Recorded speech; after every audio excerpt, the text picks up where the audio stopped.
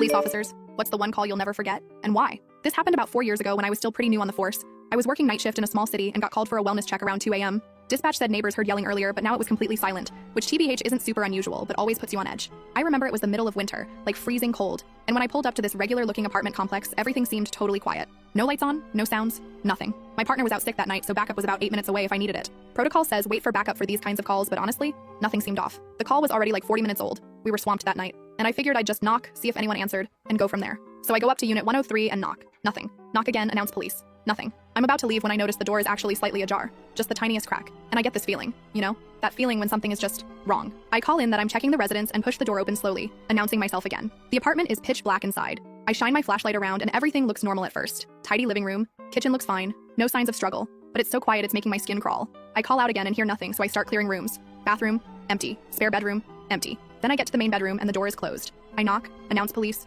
nothing. So I open it slowly, flashlight up, and that's when I see someone sitting on the edge of the bed. It's a woman, maybe mid-30s, just sitting there perfectly still in the dark. She doesn't react to my light at all, which immediately sets off alarm bells. I ask if she's okay, and she just nods, super slowly, doesn't speak. I step into the room and notice a few things all at once. First, she's fully dressed like she's about to go out. Second, there's a packed suitcase next to her. Third, her hands are shaking uncontrollably even though her face is completely blank. I ask her name, Ariana, and if anyone else is in the apartment. She just whispers, "He's gone," and keeps staring straight ahead. I'm getting major DV vibes at this point, but something still feels off. I ask her if she needs medical attention, and she shakes her head. Then she says something that makes my blood run cold. She just whispers, "Check under the bed," and goes completely silent again. And yell. I did not want to check under that bed. I called for backup again, said I needed them to step it up, but I knew I couldn't wait. So I crouch down, gun drawn, and use my flashlight to look under the bed. At first I don't see anything. Then I notice this small wooden box pushed all the way against the wall. I ask Ariana what's in the box and she just says, "The letters," in this completely hollow voice. Then she tells me her boyfriend Barry left about an hour ago after they had a fight, and he said he'd be taking care of things once and for all. I get the box out and open it. Inside are dozens of letters, all addressed to Ariana.